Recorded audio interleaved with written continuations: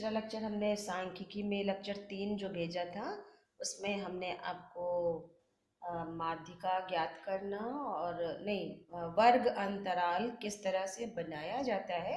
अगर मेरे पास आंकड़े दिए हुए हो तो किस तरह से वर्ग अंतराल या वर्ग विस्तार बनाया जाता है वो उसके बारे में हमने आपको बताया था। और आशा करते हैं आप लोग अच्छे से समझ गए होंगे। और 15C एक्सरसाइज भी आप लोगों ने कर ली होगी। कई बच्चों ने मुझे टेलीग्राम पे करके दिखाया, सही किया था। तो आप लोग उसको कर लीजिएगा, बहुत इजी है। फिर भी अगर कुछ नहीं आएगा तो पूछ लीजिएगा। चलिए, आज ये आखिरी लेक्चर है सांख्यिकी का, लेक्चर 4। इसमें बार ग्राफ कक्षा 6 और 7 दोनों में आप लोगों ने बार ग्राफ बनाना सीखा था कि नहीं? तो अब उसी से रिलेटेड यहाँ पर बार ग्राफ बनेगा। वर्ग अंतराल, पहले जो आप बार ग्राफ बनाते थे उसमें केवल आंकड़े दिए रहते थे और बारंबारता दी जाती थी और फिर आप उसका बार ग्राफ बना लेते थे। अब जो है वर्ग अंतराल दिया रहेगा और बारंबारता दी रहेगी, तो उसका बार ग्राफ बनाना है, जिसको बोलते हैं आयत चित्र। आयत चित्र इंग्लिश में बोलते हैं हिस्टोग्राम। इसका तात्पर्य क्या है? यदि आंकड़े अवर्गीकृत हैं, यदि आंकड़े अवर्गीकृत हैं और बारंबारता बंटन दिया गया है तो इन्हें भी ग्राफ द्वारा निरूपित किया जा सकता है। मतलब कोई अवर्गीकृत आंकड़ा दिया है और उसका बारंबारता बंटन दिया गया है, तो उस तरह के सवालों को हम बार ग्राफ के द्वारा भी शो कर सकते हैं, उसे हम दिखा सकते हैं। जैसे हम कॉलम बनाते हैं, उस कॉलम में हम आंकड़ा एक में आंकड़ा लिखते हैं, एक में बारंबारता लिखते हैं, तो उसको हम ये हिस्टोग्राम के द्वारा भी दिखा सकते हैं। तो इस तरह के निरूपण को ही आयत चित्र निरूपण कहते हैं या हिस्टोग्राम कहते हैं। जैसे 6-7 में आपने पढ़ा था सिंपल, वही आपको करना है। आप बार ग्राफ वाली कॉपी मत लीजिएगा, सिंपल सी कॉपी में बस स्केल पेंसिल से बना सकती है, तो इसलिए उसको खरीदने की कोई ज़रूरत नहीं है। अभी हम बता देते हैं कैसे बनेगा, तो सारे बच्चे उसे बना लीजिएगा, ठीक है? तो चलिए, एक ये सवाल है, देखिए यहाँ पे वर्ग अंतराल दिया है और बारंबारता। वर्ग अंतराल 0 से 10, 10 से 20, 20 से 30, 30 से 40, 40 से 50, 50 से 60 और बारंबारता 2, 8, 16, 18, 12, 4, इस टोटल का योग होता है 60। ठीक है, अब इसे हमें हिस्टोग्राम आयत चित्र के द्वारा निरूपित करना है। तो कैसे करेंगे? सबसे पहले देखिए, ये देखिए इस तरह से दो लाइन, जैसे आप 90 डिग्री का कोण बनाते हैं कि नहीं, उसी तरह से ये दो अक्ष होते हैं, इसको और इसको बोलते हैं अक्ष। ये आपका अक्ष है, ये भी, और ये भी आपका क्या है? अक्ष है, ठीक है। अब इधर वाले अक्ष को, ये जो इधर वाला अक्ष है ये हमेशा एक्स अक्ष होता है। इधर वाला जो अक्ष है, देखिए इन्होंने लिखा है एक्स अक्ष, हमेशा ये एक्स अक्ष होता है। और ये जो इधर वाला परपेंडिकुलर वाला अक्ष है इसको बोलते हैं वाई अक्ष, ठीक है। और ये दोनों जहां पर मिलते हैं, ये पॉइंट यहां से 0 शुरू होता है। अब हमें इस सारणी को इस हिस्टोग्राम के द्वारा दिखाना है।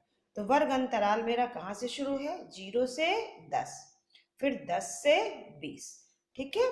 तो देखिए टोटल कितने हैं? 1 2 3 4 5 6, यानी हमको 6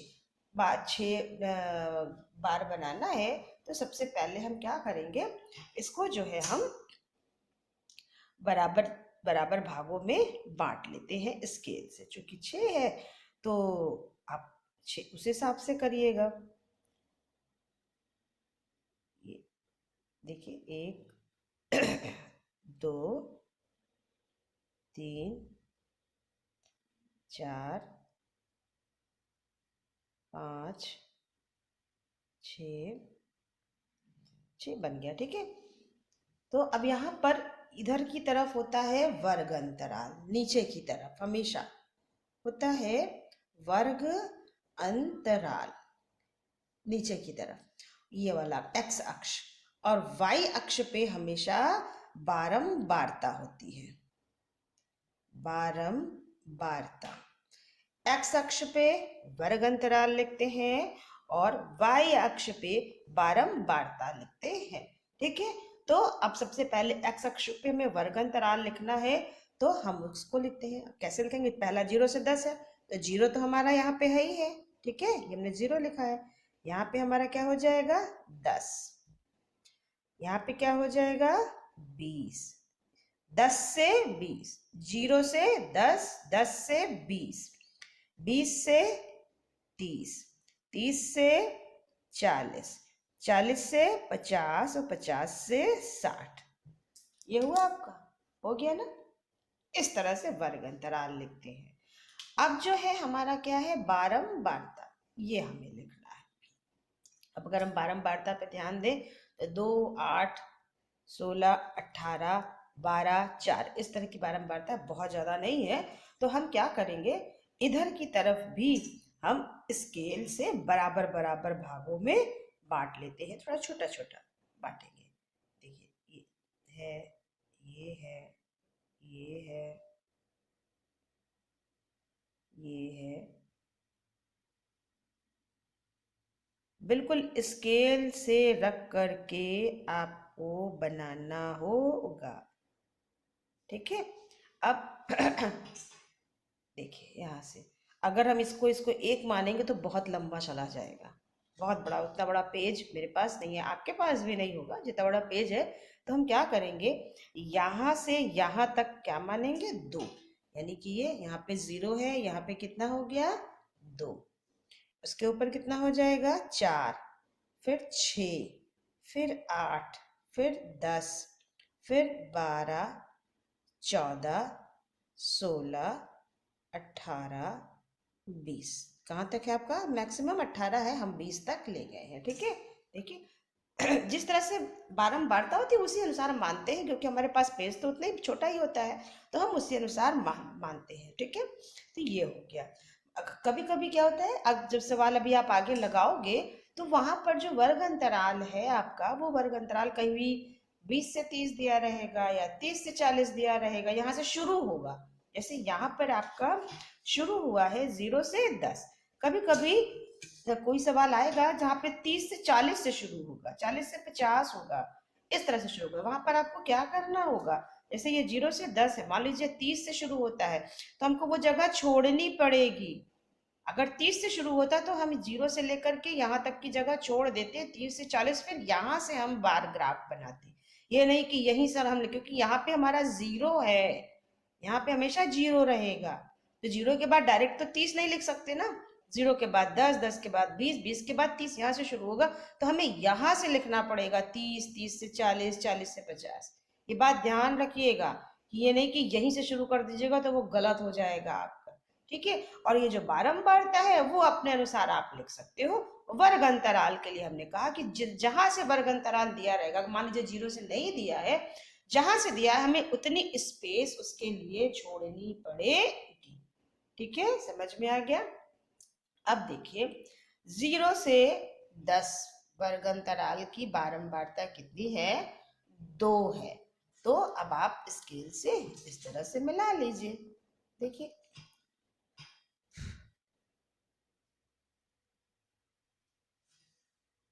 स्केल से आपको इस तरह से यहाँ से यहाँ जाएंगे और फिर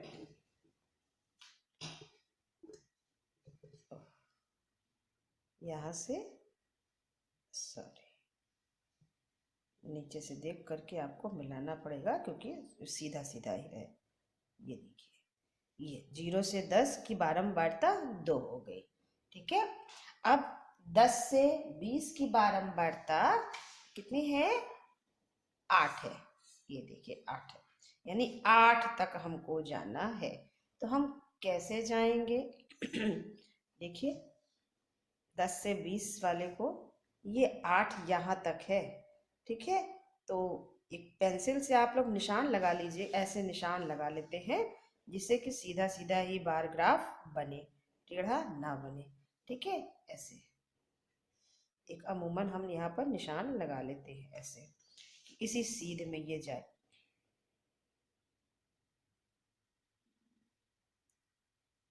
ये देखिए ये, ठीक है। अब इधर वाली लाइन को हम यहीं पर बढ़ा देंगे इतना, और यहाँ से इसको मिला देंगे हम।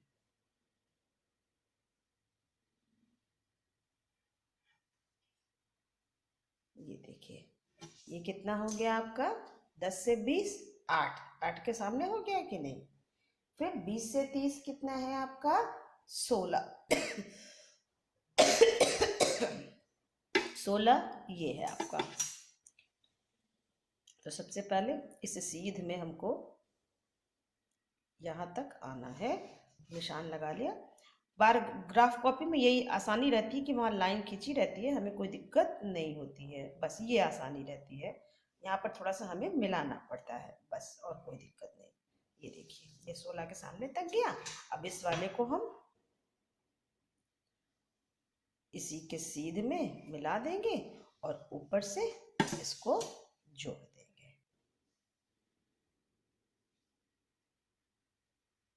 ये देखिए, तो 20 से 30 की बारंबारता कितनी हो गई, 16। 30 से 40 की 18, 18।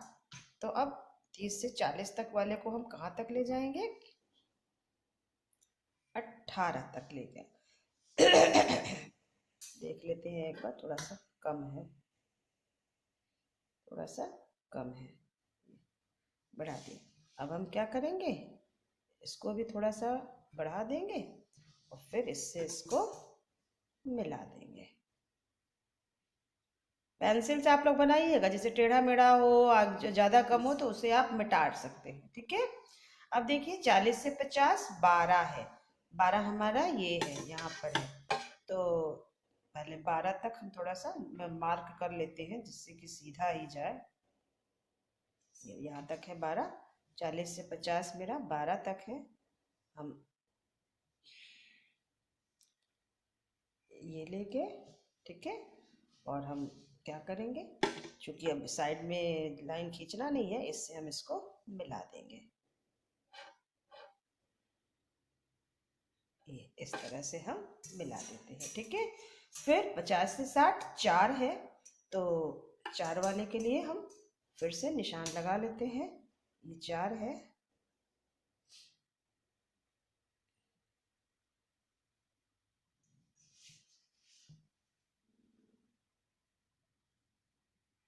इस तरह से, और यहाँ से इसको हम मिला देंगे। ये तो ये आपका हिस्टोग्राम बन गया। ये देखिए, ये आपका हिस्टोग्राम बन गया। 0 से 10 की बारंबारता 2 है, 10 से 20 की बारंबारता देखिए 8 है, 20 से 30 की गई है 16, 30 से 40 की गई है 18, 40 से 50 की गई है 12 और 50 से 60 की गई है 4। तो इस तरह से ये आयत चित्र या हिस्टोग्राम बनाया जाता है, जबकि वर्ग अंतराल और बारंबारता दी हुई हो तो। बस आपको ये ऐसे 90 अंश का कोण बनाते हुए 2 अक्ष खींचने होते हैं। नीचे वाला अक्ष एक्स अक्ष होता है और इधर वाला अक्ष वाई हमेशा होता है, ठीक है। ये एक्स अक्ष है और ये वाई अक्ष है। अब इसी नीचे की तरफ हमेशा एक्स अक्ष पर वर्ग अंतराल, एक्स अक्ष पर वर्ग अंतराल खींचते हैं और वाई अक्ष पर हमेशा बारंबारता प्रदर्शित करते हैं, ठीक है। तो ये आपका हिस्टोग्राम बनाना हमने आपको बताया। अब या तो हिस्टोग्राम बनाने के लिए आएगा या तो हिस्टोग्राम बना रहेगा, उसको देख करके आपको उत्तर देना होगा। सिंपल, जैसे आप कक्षा 7 में पढ़ चुके हैं, बिल्कुल परेशानी नहीं होनी चाहिए आपको, ठीक है, क्योंकि आपने अच्छे से पढ़ा हुआ है। तो ये आपकी सांख्यिकी समाप्त हो गई है बेटा, और आप लोग जो है 15D और दक्षता अभ्यास अतिशीघ्र लगा लीजिए, क्योंकि आपका जहाँ तक मेरा ख्याल है, अनुमान है कि मार्च के सेकंड वीक से आपका फाइनल एग्जाम शुरू हो जाएगा, तो उसके पहले पहले हमें कोर्स खत्म भी करना है, ठीक है। तो जितनी जल्दी हो सके सारे बच्चे भाई वीडियो देखो। अभी तक सारे बच्चों ने वीडियो नहीं देखा है, बड़े अफसोस की बात है, आप लोग सुनते नहीं हो बेटा कि जल्दी जल्दी सारे लोग देख करके सवाल को हल कर। पूछने वाले एक दो ही बच्चे हैं, या तो श्रियम पूछती है, विधि शुक्ला पूछती है, रिया विश्वकर्मा पूछती है, प्राची यादव पूछती है, इसके अलावा और कोई पूछते ही नहीं। अगर आता है तो बहुत अच्छी बात है, लेकिन एग्जाम में नंबर नहीं आता है बेटा। हाँ, और कहते हो कि सब लोग मैम वीडियो देखते हैं, क्या देखते हो बेटा? आज तक 2 दिन हो गया है लेकिन अभी तक सारे बच्चों ने वीडियो नहीं देखा है, तो जल्दी जल्दी देखिए, ठीक है? तो ये चैप्टर यहीं पर समाप्त हो गया। आप लोग सवाल लगा लीजिए, जिसको जो भी सवाल नहीं आएगा और वो हमसे टेलीग्राम चैनल पर पूछेगा, ठीक है? और कहीं नहीं पूछेगा, वहीं पर आप जो भी क्वेरी करना चाहते हैं वहां पर करिए, हम आपको बताएंगे, ठीक है? तो और एक चीज और, कि जो ग्राफ कॉपी है आप लोग वो ले लीजिए। अभी इसमें एक चैप्टर है कार्तीय तल, जो कि नया है, बिल्कुल नया है और बहुत ही इंटरेस्टेड है, बहुत ही अच्छा है चैप्टर। तो सारे बच्चे एक ग्राफ कॉपी खरीद करके रख लीजिएगा। जब हम उसे पढ़ाएंगे तो आप लोग उस ग्राफ कॉपी पर ही उसे पढ़िएगा, ठीक है? तो आशा करते हैं ये चैप्टर आपको अच्छे से समझ में आया होगा।